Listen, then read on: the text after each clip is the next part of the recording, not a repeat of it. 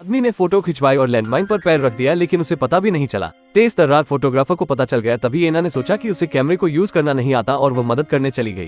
Photographer ने तुरंत उसे रोक दिया। तीनों लोग कंफ्यूज थे। डेविड ने नीचे देखा और पाया कि टॉम ने सच में किसी चीज पर पैर रख दिया है। उन्होंने उसे हिलने डुलने से मना किया। फिर डेविड नीचे बैठ गया और धीरे धीरे मिट्टी उठाई।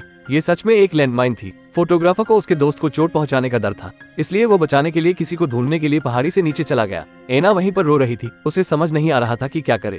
जब टॉम ने लैंडमाइन पर पैर रखा तो उसे कुछ सूझ नहीं रहा था। डेविड अभी भी शांत था। वो मदद के लिए फोन करने के लिए पहाड़ की चोटी पर फोन ले गया। एना ने भी सोचा कि वे बच जाएंगे, लेकिन जब डेविड नीचे आया तो उसने तुरंत अपना चेहरा बदल दिया। पता चला कि लैंडमाइन उसी ने रखी थी। उसने कहा कि पहाड़ की इतनी ऊंचाई पर कोई सेलफोन सिग्नल नहीं होगा।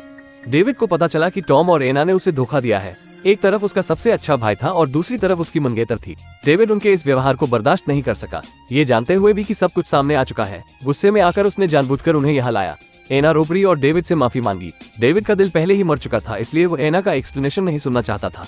तब डेविड जंगल में गया और अपना तैयार किया हुआ फावड़ा निकाल लाया। उसने कहा कि टॉम के मारे जाने के बाद वो एक गड्ढा खोदकर उसे दफना देंगे ताकि वातावरण प्रदूषित न हो। इस समय टॉम को संदेह हुआ कि बॉम्ब नकली है, क्योंकि डेविड आधे दिन तक उसके पास खड़ा रहा। उसे इस बात का डर नहीं था कि वो गलती से बम फोड़ देगा और उसके साथ ही मर जाएगा। टॉम के खत्म होने का इंतजार न करते हुए डेविड ने माइन की सेफ्टी पिन हटा दी। पता चला कि पहले माइन की सेफ्टी नहीं हटाई गई थी और अब अगर टॉम सावधान नहीं रहा तो वो मारा जाएगा। एना ने डेविड को गले लगाया और कहा कि वो जानती है कि यह उसकी गलती है। डेविड ने कहा कि वो उन्हें ऐसे दोस्त मानता था जो एक दूसरे से बात करते हैं, लेकिन उन्होंने उसे धोखा दिया। डेविड ने जितना अधिक कहा उसे उतना ही अधिक गुस्सा आया। उसने सेफ्टी पिन को जंगल में फेंक दिया और बिना पीछे देखे अपना बैग लेकर चला गया। दूसरी ओर एना ने टॉम के साथ रहने का फैसला किया। जल्द ही डेविड की मुलाकात फोटोग्राफर से हुई। ये पता चला कि कैमरामैन ही था जिसने टॉम को लैंडमाइन पर कदम रखने के लिए गाइड किया था। दूसरी ओर एना को जंगल में खोई हुई सेफ्टी पिन मिल गई। उसने बंद सिलेंडर को हटाने के लिए चाकू का इस्तेमाल किया और धीरे धीरे उसे दोबारा लगाने की कोशिश की। उसने काफी देर तक कोशिश की, लेकिन बात नहीं बनी। एना के पास फावड़े से आसपास गड्ढा खोदने के अलावा कोई और रास्ता नहीं था। ये सब कुछ तभी वहां से गुजर रहे एक शिकारी ने देख लिया। वो चट्टान के पीछे से पता लगाना चाहता था, लेकिन उसका बड़ा काला कुत्ता सीधे उनकी ओर दौड़ पड़ा। एना ने खूंखार कुत्ते को भगाने के लिए फावड़े का इस्तेमाल किया। शिकारी अपनी बंदूक लेकर दौड़ा।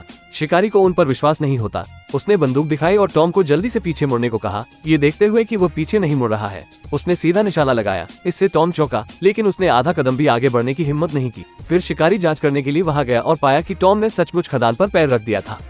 शिकारी खुशी से मुस्कुराया। उसने धीरे से अपना बैकपैक उतारा और अपने बालों को अश्लील तरीके से छेड़ा जो गंजे होने वाले थे। एना उससे गड्ढा खोदने में मदद करने के लिए पूछना चाहती थी। एना अब और खोदने के लिए बहुत कमजोर थी। शिकारी ने सहमत होने में जल्दबाजी नहीं की, बल्कि एक पत्थर उठाया और टॉम के पास आया। उसने इसे सीधे टॉम पर फेंका। जब टॉम और एना गुस्सा होने वाले थे तो शिकारी आगे बढ़ा और उसने एना का हाथ पकड़कर समझाया कि वो सिर्फ ये पता करना चाहता था कि टॉम ने सच में माइन पर कदम रखा है या नहीं। चूंकि वो यहाँ 40 सालों से रह रहा था और उसने कभी किसी खदान के बारे में नहीं सुना था। हंटर इस बात को लेकर उत्सुक था कि उनके साथ पहले क्या हुआ था। उन्होंने कहा कि अगर वे एक दूसरे के साथ ईमानदार नहीं होंगे तो वो उन्हें गड्ढा खोदने में मदद नहीं करेंगे। क्या हुआ ये जानकर शिकारी और भी अधिक मुस्कुराया। उसने कहा कि उसे मदद करने में खुशी होगी, लेकिन उन्हें बदले में उसे कुछ देना पड़ेगा। एना और टॉम तुरंत मान गए, लेकिन शिकारी को एना की अंडरवियर चाहिए थी। फिर उसके बेचैन हाथ एना की ओर बढ़ने लगे। टॉम ने ये देखकर तुरंत अपनी जेब से कैश और क्रेडिट कार्ड निकले। शिकारी ने उसका क्रेडिट कार्ड ले लिया और जमीन पर फेंक दिया। फिर वो दोबारा एना के पास पहुंचा। उसने कहा कि उसे पैसा नहीं चाहिए, वो केवल एना की अंडरवियर चाहता था। अगर उसने हाँ नहीं कहा तो उसे जाना पड़ेगा। एना के पास तंबू में जाकर अंडरवियर निकालने के अलावा कोई और रास्ता नहीं था, लेकिन शिकारी ने उसे अंदर जाकर उसे लाने की अनुमति नहीं दी। लेकिन उसके सामने एना के पास अपने कपड़े खोलने और अंडरवियर निकालने के अलावा कोई चारा नहीं था। जब तक वो देखता रहा, शिकारी को अंडरवियर मिलने के बाद वो गड्ढा खोदने के लिए फावड़ा लेकर तैयार हो गया। लेकिन कुछ देर खुदाई करने से पहले ही शिकारी के बैग में रखा वॉकी टॉकी बंद हो गया। एना ने वॉकी टॉकी देखा और आगे बढ़ी। वो शिकारी से वॉकी टॉकी उधार लेना चाहती थी। अगर पहाड़ के नीचे मौजूद टॉम और एना ने पुलिस से बात की तो उन्हें बचाया जा सका। शिकारी ने कहा कि अगर वो वॉकी टॉकी का उपयोग करना चाहती है तो उसे उसकी एक और बात माननी होगी। इसके बाद उसने उसका अंडरवियर फेंक दिया जो उसने अभी अभी उतारा था। उसने एना से कहा कि वो रेंग कर जाए और उसे अपने मुंह से उठा कर लाए। एना आगे बढ़ी और उसे ऐसे उठाया जैसे उसने उसे सुना ही न हो। शिकारी नहीं माना। उसने उसे उसके पास रेंगने के लिए कहा। शिकारी ने अंडरवियर फिर फेंक दिया। एना रेंगते हुए वहां पहुंची और उसे उठाकर शिकारी को सौंप दिया। बेशर्म शिकारी अब भी नहीं माना। उसने कहा कि एना को इसे अपने मुंह से उठाकर लाना पड़ेगा। इसके बाद उसने दोबारा अंडरवियर फेंक दिया। एना टॉम को बचाना चाहती थी, इसलिए वो रेंग कर आगे बढ़ी। बीच में बड़े काले कुत्ते ने उसे छेड़ा। शिकारी कुत्ते की प्रशंसा करके मुस्कुराया। काफी मशक्कत के बाद आखिरकार एना को वॉकी टॉकी मिल ही गया। हालांकि दूसरी तरफ का आदमी अंग्रेजी नहीं बोलता था। ट्रांसलेट करने के लिए उसके पास फिर से शिकारी की मदद लेने के अलावा कोई रास्ता नहीं था। लेकिन शिकारी ने कहा कि अगर वो एक वाक्य को ट्रांसलेट करेगा तो एना को अपना एक कपड़ा उतारना पड़ेगा। शिकारी की ये मांग सुनकर एना झगड़ने वाली थी, लेकिन टॉम को बचाने के लिए उसे सहमत होना पड़ा। 2 वाक्यों का अनुवाद करने से पहले एना के ऊपरी शरीर पर केवल अंडरवियर का एक टुकड़ा बचा था और शिकारी भी बहुत चालाक था। वो हमेशा कुछ फालतू बकवास को भी ट्रांसलेट करता था। एना को लगा कि शिकारी सच कह रहा है। अनुवाद के बाद उसने शिकारी को जाने के लिए कहा। उसने अपना बैग उठाया और पहाड़ से नीचे जाने लगा। जब इंटरकॉम फिर से बंद हो गया तो बेशरम शिकारी खुद से ट्रांसलेट करना शुरू कर दिया। उसने एना से अपने कपड़े उतारना जारी रखने को कहा।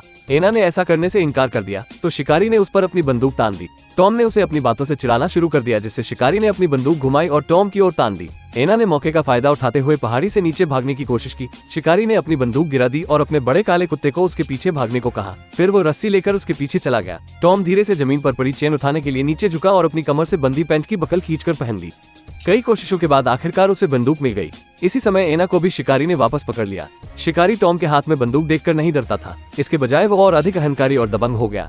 उसने मौके पर ही एना के साथ सेक्स करने की धमकी भी दी। उसके बाद वह एना को चट्टान के पीछे ले गया। क्रोधित टॉम बंदूक से शिकारी को मारने के लिए तैयार था, लेकिन तभी बड़ा काला कुत्ता अचानक दौड़ पड़ा। टॉम अपना शॉट चूक गया और गोली एना को जाकर लगी। टॉम गड्ढे में गिरकर बेहोश हो गया और माइन में धमाका नहीं हुआ। शिकारी के जाने से पहले उसने उसे कम फिल्में देखने के लिए कहा। ये कहने के बाद वह अपना बड़ा काला कुत्ता लेकर चला गया। टॉम ने एना को गले लगाया और दिल खोलकर रोया। कुछ दिन बाद टॉम को शिकारी का घर मिल गया। वो खो जाने के बहाने उस जगह का नक्शा खरीदना चाहता था। माँ और बेटी, जो कुछ भी नहीं जानती थी, दोनों ने टॉम को घर में आने को कहा। जब शिकारी वापस लौटा तो वह चौंक गया। उसने तुरंत उसे टॉम के रूप में पहचान लिया, जिसने एक खदान पर कदम रखा था। उसे टॉम को बाहर निकालने का बहाना मिल गया और 1 घंटे बाद वो पास के एक बगीचे में उससे मिला। उन्होंने एक दूसरे को मरने की योजना बनाई। उसने टॉम से कहा कि वो उसके परिवार को चोट न पहुंचाए। टॉम मान गया। अपने दुश्मन को जाता हुआ देख शिकारी वापस भागा और टॉम का पीछा करने के लिए बड़े काले कुत्ते को छोड़ दिया।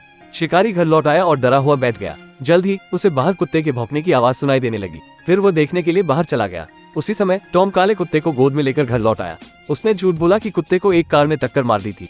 उसी समय शिकारी को जमीन पर खून भी दिखाई दिया। ये देखकर कि सिचुएशन सही नहीं है, वो घर की ओर भागा। दरवाजे के ठीक अंदर उसने टॉम को देखा। शिकारी ने दीवार पर लगी हंटिंग राइफल निकाली और टॉम को मारने की कोशिश की, लेकिन बंदूक की गोलियां टॉम पहले ही निकाल चुका था। टॉम द्वारा उसे ताना मारने के बाद उसने अपनी बंदूक निकाली और शिकारी की जांघ में 2 गोली मारी। फिर उसने माँ और बेटी से शिकारी को घर में ले जाने को कहा। उसने एक टाई निकाली और शिकारी की बेटी से कहा कि वो अपनी माँ के हाथ बांध दे। ये देखकर कि टॉम बदला लेने के लिए आया था, शिकारी टॉम से उसके परिवार को चोट न पहुंचाने की विनती करने लगा। उसने बताया कि उसने उस वक्त बहुत ज्यादा शराब पी रखी थी, इसलिए वो ऐसी बेतुकी हरकत कर रहा था। टॉम ने सफेद वाइन की एक बोतल से एक घूंट लिया और माँ और बेटी दोनों को भी एक घूंट लेने के लिए कहा। फिर उसने शिकारी के जख्म में शराब डाल दी। उसने कहा कि वे अब खेल शुरू करने के लिए काफी नशे में हैं। उसने शिकारी की बेटी को खींच लिया और सबके सामने उसका अंडरवियर उतरवा दिया। फिर उसने उसे रेंगने को कहा और उसे अपने मुंह से उठाने को कहा। उसने उस सबको दोहराया जो एना को झेलना पड़ा था। फिर उसने शिकारी के मुंह में अंडरवियर ठूस दिया। माँ बेटी डर के मारे रो पड़ी, लेकिन टॉम रुकने वाला नहीं था। उसे और बदला लेना था। उसने बंदूक में गोली डाली और शिकारी की बेटी की ओर तान दी। अगर गोली नहीं निकली तो उसे अपना एक कपड़ा उतारना होगा।